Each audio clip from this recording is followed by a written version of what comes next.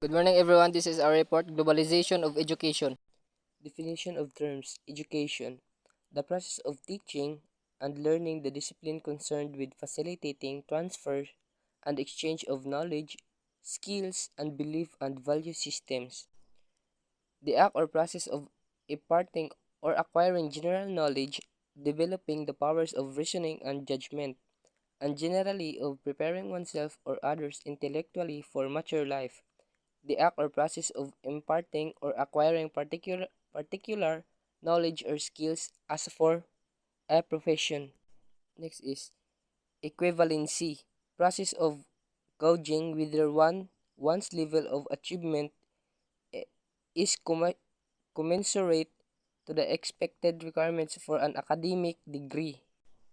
Qualifications framework, a set of standards and competencies that serve as basis in evaluating educational qualifications between and among nation states.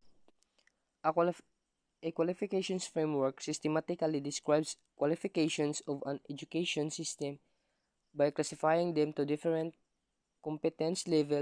levels on the basis of learning outcomes. Introduction. If there is a sphere of life which is greatly interlinked to globalizations, it is education. We mentioned that cultural, economic, and political flows are observable in the age of globalization. And while education itself is diversely defined, we can say that one of its roles is to serve as a channel through which flow of knowledge and information is done. Unlike other channels of cultural flows, education plays a plays a rather direct functions in imparting beliefs and values to people. When people go through the educative process, they are presented with content and provided with experiences that are aligned with what is deemed important by a particular society in the family. Parents teach their children knowledge and skills that they believe their children would, would need to survive and succeed in the larger world beyond the confines of their homes. In school, teachers teach their students based on a curriculum developed to hone graduates that are adaptable to change in their environment particularly. In the world of work, in workplace, employees are taught and trained to be able. Trends in education amidst globalization. Transnational education. Studying abroad is not new, but with the advancement in transportation technologies and the evolution of international policies on migration, it is becoming more possible for learners in a territory to receive formal educations in a different country. According to UNESCO 2015, there were 4.1 million international students between 2005 to 2013, rising to as high as almost 4.9 million in 2016. Migration Data Portal 2019 citing UNESCO 2018 data. Many academic institutions would also have linkage and partnerships with those from other countries, and opportunities for scholarships abound. In the Philippines, for instance, it's not anymore shocking to observe multicultural mul- multicultural classrooms comprised of learners who came from different nation states. It is also not surprising to hear of a local Filipino students going to abroad to study or taking some units from foreign universities.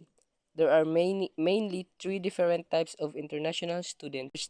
Internationally mobile students, individual who has physically crossed an international border between two countries with the objective to participate in educational activities in a destination country, where the destination country is different from his or her country of origin.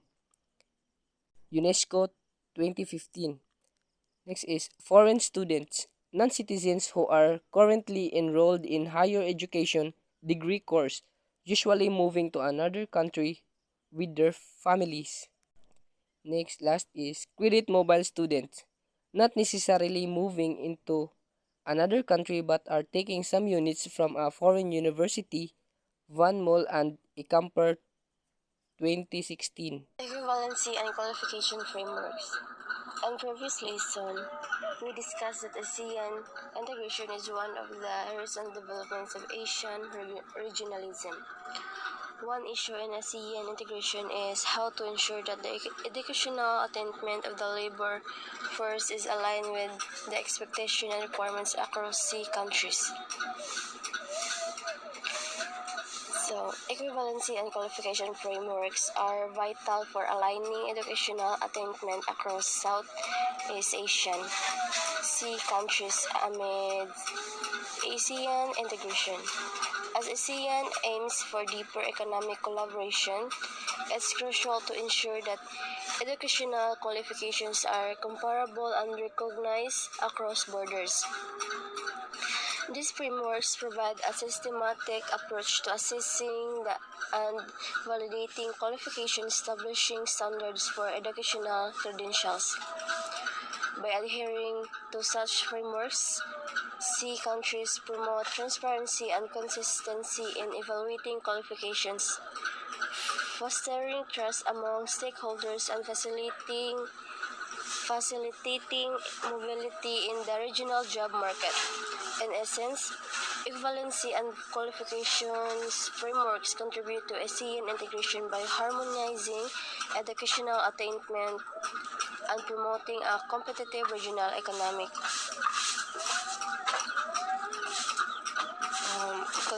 Concern about leveling of educational training among people in the international labor market has been addressed through the process of equivalence and recognition process. The leveling of educational training in the international labor market props the implementation of equivalence and recognition processes in a globalized economy, ensuring that educational qualifications are recognized across borders is vital for professionals seeking opportunities abroad. Equivalence and recognition involve evaluating qualifications obtained in one country against the standards of another. This process ensures fairness and consistency, enabling individuals to demonstrate the relevance of their education and training, enhancing their competitiveness and facilitating mobility in the international job market.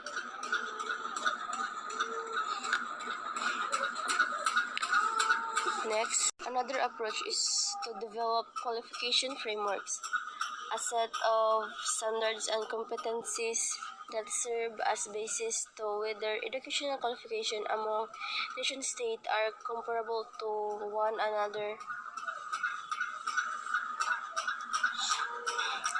An example of this is the ASEAN Qualification Reference Framework aligned with the ASEAN Economic Community 2015 Blueprint and the ASEAN Socio-Cultural Blueprint 2025. So, qualification frameworks are structured systems that establish standards and competencies to assess the equivalence of educational qualifications across different countries. They provide a common reference point for evaluating qualifications and determining their comparability, enabling stakeholders to assess the quality and relevance of qualifications obtained in diverse educational systems. For example, the European Qualification Framework, or EQF, categories qualifications into 8 levels based on learning outcomes and competencies, facilitating recognition and comparison across European countries. Qualification frameworks promote transparency, consistency, and recognition in the evaluation of educational qualifications, enhancing mobility and competitiveness in the global labor market. The support recognition of qualification, promote higher quality qualifications, develop qualifications frameworks to encourage lifelong learning, led to better understanding of qualification systems, promote learning and working mobility, develop approaches to validate non-formal education. So, in the real world, the globalization of education is evident through various initiatives such as international student exchange programs, online learning platforms, collaborative research projects, joint degree programs, and cross-border accreditation. These initiatives enable individuals to access diverse educational opportunities, collaborate across borders, and earn international recognized credentials. Globalization has made education more accessible, collaborative, and interconnected, fostering cross-cultural learning experiences and enhancing opportunities for academic and professional advance on a global scale.